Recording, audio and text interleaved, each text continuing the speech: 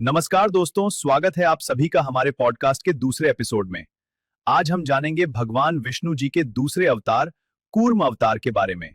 समुद्र मंथन के दौरान जब पूरी सृष्टि असंतुलित हो गई थी, तब भगवान विष्णु ने कछुए का रूप धारण कर देवताओं और असुरों को सहारा दिया। इस अवतार के पीछे छिपा है एक गहरा संदेश, धैर्य, संतुलन और धर्म की रक्षा। तो चलिए शुरू करते हैं कूर्म अवतार की यह दिव्य और अद्भुत कथा।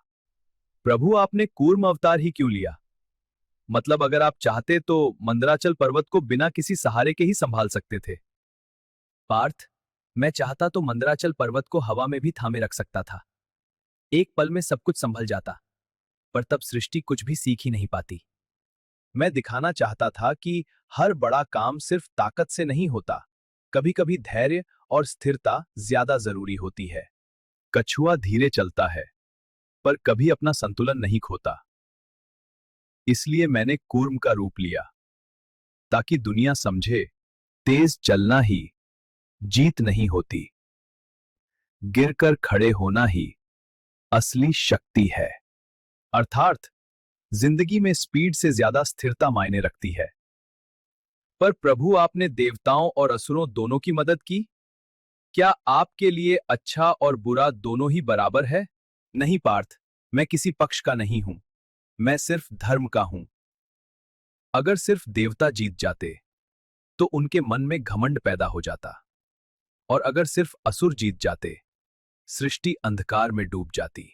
इसलिए मैंने दोनों को चुना, क्योंकि दुनिया जीत या हार से नहीं, संतुलन से चलती है।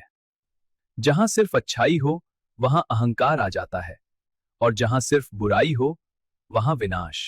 सृष्टि को दोनों के बीच का रास्ता चाहिए। जिंदगी में अच्छाई या बुराई से ज्यादा संतुलन जरूरी होता है। पर प्रभु, समुद्र मंथन जैसे महान कार्य में आप महान पात्र हो सकते थे, पर आपने यश और प्रकाश छोड़कर मौन आधार बनना क्यों स्वीकार किया? महान पात्र वही होता है जो दिखाई देता है, और नींव वो होती है जिसके बिना नायक एक कदम भी नहीं चल सकता। चल तो क्या, खड़ा भी नहीं रह सकता। इसलिए मैंने तालियां नहीं चुनी, मैंने जिम्मेदारी चुनी। मैंने नाम नहीं चुना, मैंने काम चुना। मुख्य पात्र नहीं बना, मैं नींव बना।